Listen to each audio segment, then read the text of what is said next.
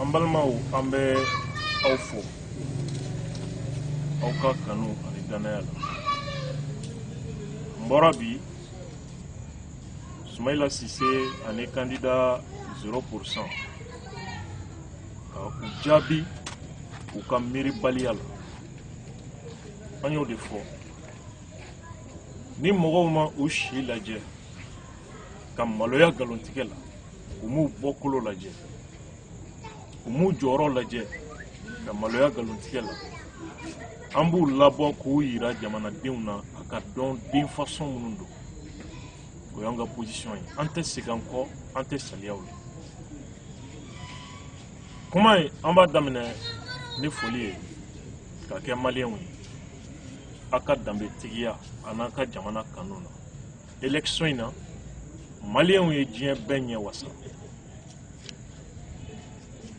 an bɔra kunu Mauritanie ani Mali président ɲuman Ibrahim Boubacar Keïta ka balimaya foli ka lase Mauritanie président ma a ye dɛmɛ min kɛ Mali ye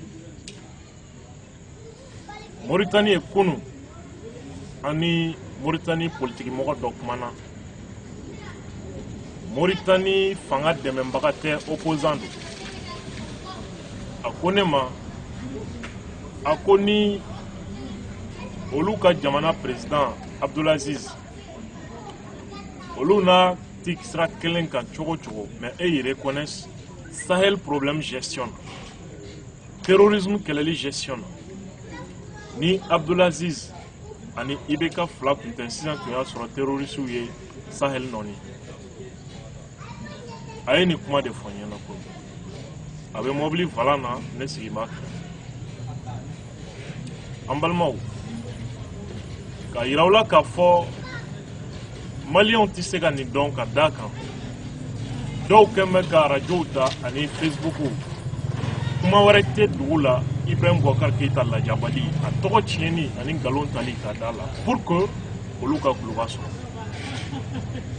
Mali élection a ye diɲɛ bɛɛ wasa bɛɛ y'an félicité an ka danbetigiya la minnu tun ko bɛ maliyɛnw joli bɔn an ye comportement min yira u ma se nka hali bi u kalenkan don k'u ka walidenw joli bɔn olu ka fanga sɔrɔ kama an y'a kanu a nege bɔra ten an bɛ bɔ k'a yira u la den modèle minnu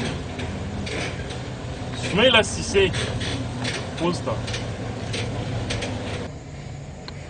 Soumaïla Cissé aw bɛɛ y'a ye ani Cɛbilen Dramé ni Jara Hôtel Salam na u bɔra ka manamanakan minnu fɔ ka résultat ba yɛlɛma k'a k'u sago ye pour que ka Soumaïla Cissé yira i n'a fɔ o gagnera élection na ni 51% ye an balimaw informaticien minnu ye o baara kɛ a kɛra kɛcogo minnu na u ɲɛ b'a la Soumaïla Cissé bɛ fɛ ka maliyɛndenw joli bɔn u conscience ye u interpeller u ka bɔ ka tiɲɛ fɔ maliyɛnw ɲɛna an balimaw u bɔra ka video dɔ kɛ bi ka conférence kɛ ka tila k'a ɲini observateurs fɛ ani MINUSMA ni min sigalen bɛ u ka kuma la na i mago bɛ preuve fɛn fɛn la u b'a d'i ma. Je dis bravo à ces jeunes conscients. Ni ne ka kan ka kɛ jeune bɛɛ ka baara ye. Quand on te manipule n'i bɔra kalama bɔ i bilala min na i k'a ɲɛfɔ i faso sauveli don. Ils vont dire i corrompira wari dir'i ma Karim terikɛ don fu gɔtɔ a y'u to u ka nin bɛɛ fɔ a y'u to u ka nin bɛɛ fɔ parce que danbe tɛ maa min na hɔrɔnya t'a la ale bolo ni wari yɛrɛ tɛ fiyewu baara tɛ se ka kɛ parce que Soumaïla y'u san k'u danbe san k'u bila faso tili baara la donc ni Soumaïla benna u balo cogo jɔrɔ b'u la c'est pourquoi u bɛ ka galon façon bɛɛ kɛ k'u yɛrɛ dɛmɛ an ko aw ti hali bi a tɛ anw dɔn aw ye den sugu minnu ye diɲɛ bɛɛ bɛ aw dɔn ka daji tu aw kan hali a baw bɛ daji tu aw kan ka tigɛ aw la an balimaw résultat bolé le vrai résultat de l'élection Soumaïla ka centralisation a y'a ye ala ma surunya IBK la a ko denmisɛn ninnu ma k'u ka Kidal u k'a kɛ i n'a fɔ vote ma kɛ Kidal ka Kidal supprimer u ye Kidal supprimer u y'a ye hali bi IBK ni Soumaïla cɛ ka jan i ko jɛgɛjalan ni baji Soumaïla k'u ma k'u ka a jateminɛ bureau bɛ yen n'o mɔgɔ ka ca 250 ye ko k'o bureau bɛɛ supprimer ka bɔ résultat la u y'o supprimer jusqu'à présent Soumaïla cɛ ka jan IBK la a k'u ma maintenant ko ka zone CMDT ko k'o fana supprimer ka bɔ résultat la zone CMDT ye Buguniw Kajolow Kucalaw Joyilaw CMDT zone yo o de ni Jarasuba ye u disi kari Joyila kɔnɔ ni Bakari Togola zone CMDT ale ye Ebola bila Soumaïla Cissé ni cɛbilenna ye ka maliyɛn bɛɛ bila ka daji t'u kan ka tigɛw la hɔrɔnya ni danbe la u y'o résultat tigɛ k'a bila u y'a ye jusqu'à présent IBK bɛ Soumaïla ɲɛ Soumaïla k'u ma sisan k'u ka zone office du Niger n'o ye ɲɔnɔyan fanw ye ko k'o bɛɛ tigɛ ka bɔ yen nin bɛɛ tigɛlen kɔfɛ de ka bɔ yen Soumaïla nana maintenant 51%, IBK 48% malgré tout ça. A y'o de fara ɲɔgɔn kan ka taa hôtel Salamu na n'aw ye jara ye ko bureau si ma kan ka tɛmɛ 250 personnes kan donc bureau fɛn o b'o sanfɛ o y'o bɛɛ supprimer alors que loi ko bureau ma kan ka tɛmɛ 500 personnes de kan Soumaïla ninnu yɛrɛ ye loi min labɛn assemblée nationale kɔnɔ o ni majorité députés an balimaw au prévu bora et nous demandons au procureur de la République de s'auto-saisir de cette affaire-là. Soumaïla ni mɔgɔ participera ni baara la. Denw de participera ni baara la. Sariya ye min fɔ o la. Soumaïla tɛ fusaya sariya ye. A tɛ se ka bila sariya sanfɛ. Et on demande fɛn ka bɔ nin na et qu'une suite judiciaire soit réservée à ces dossiers sans complaisance aucune. Ko fraude des gens minnu tɛ maloya suɲɛni na danbe t'u la achat de conscience kana Mali kɔnɔ Soumaïla de nana n'a ye ka campagne kɛ hélicoptère la ka moto san k'a di mɔgɔw ma et que les mêmes voleurs les mêmes sans dignité les mêmes fraudeurs ka bɔ k'u jɔ ka maliyɛnw lajɛ ko fraude kɛra ko achat de conscience ja u kɛn bɛ ka nin fraude baara de kɛ aw ni Ala cɛ danbe bɛ ninnu na aw ni Ala cɛ ninnu ni dutigiya ka kan kuma tɛ dugutigiya ou bien jamana marali ma an balimaw nin kɔfɛ dabaraba ni barigonlankolon min bɛ mankan na on croyait que homme de droit don ja crieur public de Mohamed Ali Bathily le candidat 0%. A tun b'an ɲɛna qu'il était malhonnête, on savait. On savait qu'il était un menteur. Mais on ne savait pas qu'il était un ignorant jusqu'à ce point. Ah Allah. Aïe Bathily ka jigitigɛ conférence mɛ bi. Ko fɛn fila de y'ale bila ka bɔ ka nin conférence kɛ. Conférence in kɛra min? Soumaïla Cissé, chef de file de l'opposition ka bureau la. Ali bi ko était opposition. Bathily ka candidat daminɛ a ko a tɛ taa IBK kɔ a tɛ taa Soumaïla kɔ wa ko n'u kelen kelenna y'u présenter k'a b'u kɛlɛ parce que k'u ye u bɛɛ ye jamana ci. O mɔgɔ kelen de taara conférence kɛ Soumaïla de y'a bila ka conférence kɛ bi Soumaïla ka chef de file ya bureau kɔnɔna la. Aw ni Ala cɛ ninnu da ka ɲi Mali ko kuma wali danbe ko kuma na jamana in kɔnɔ tuguni. Mais comme on le dit, les ridicules ne tuent plus. Maloya tɛ mɔgɔ faga bilen. Élection yi résultat tɛmɛnen kɔfɛ ni cour constitutionnelle kumana. Bathily ɲininkɛra radio ɲɛta la.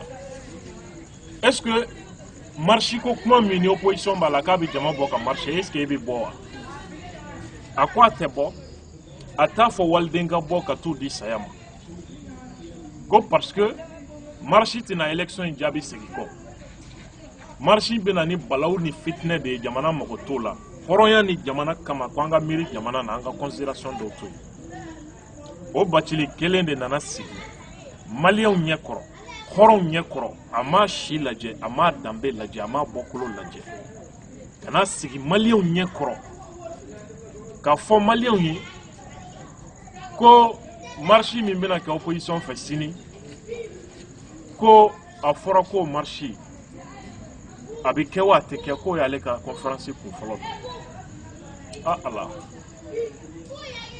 kun filanan ko i b'i ka ko cour constitutionnelle ka fɛn kɔfɛ ko récréation banna ni kun fila ye Bacili bila ka marché donc comme si récréation ka to jamana kɔnɔ mɔgɔ min ko a ye homme de droit ye o anarchie ale bi bɔla ka sigi a sigi kun ye k'o de défend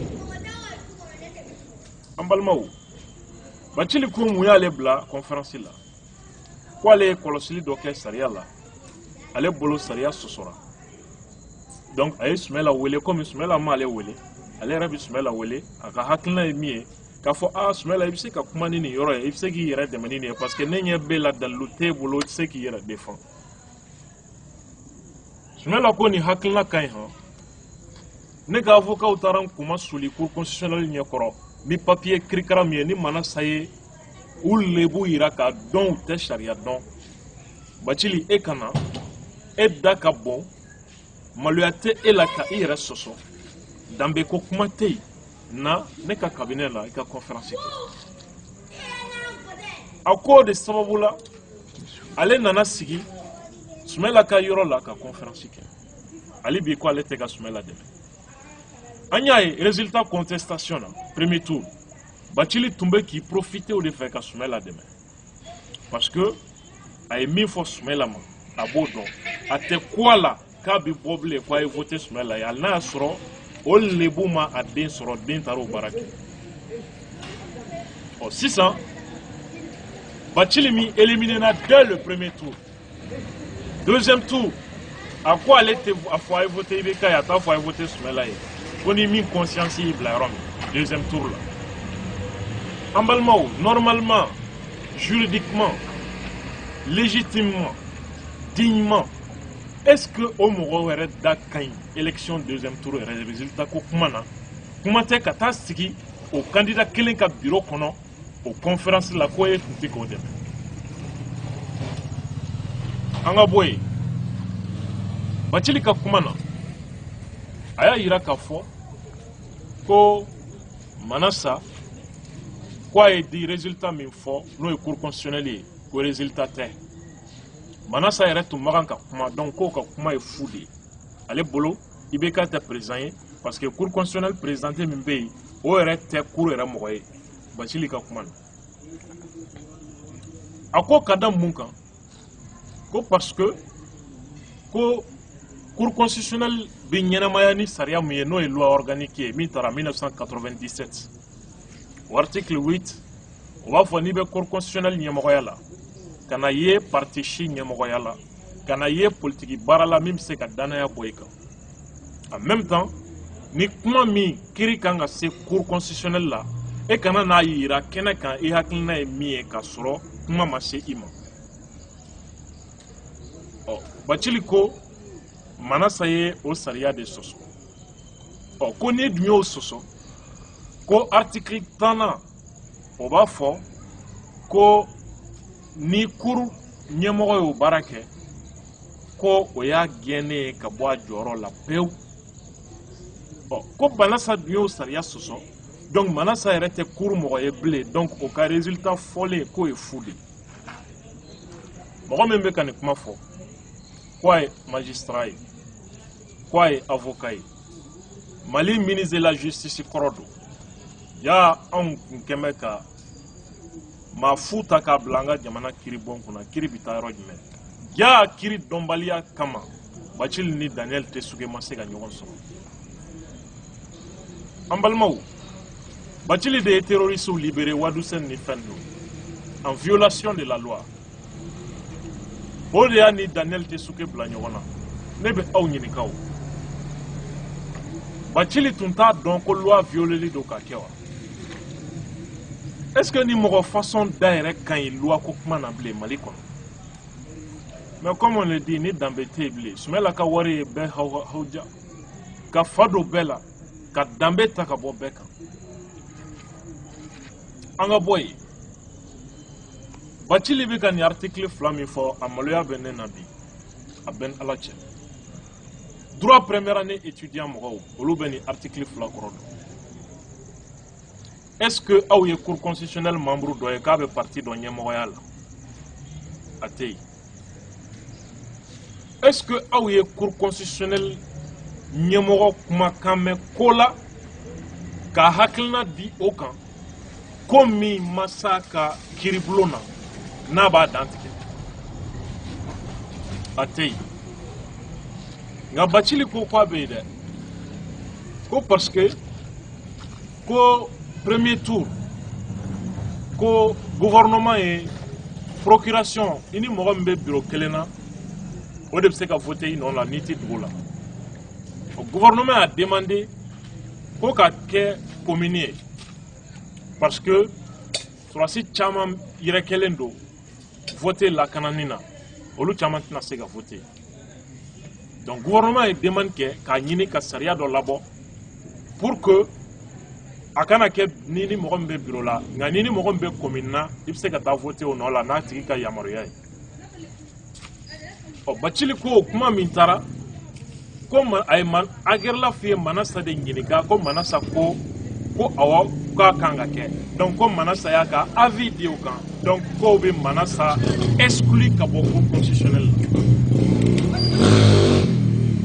ala ambalma wo nanti nginika ambolo dan ka jamana ere plaça lebu kon sababu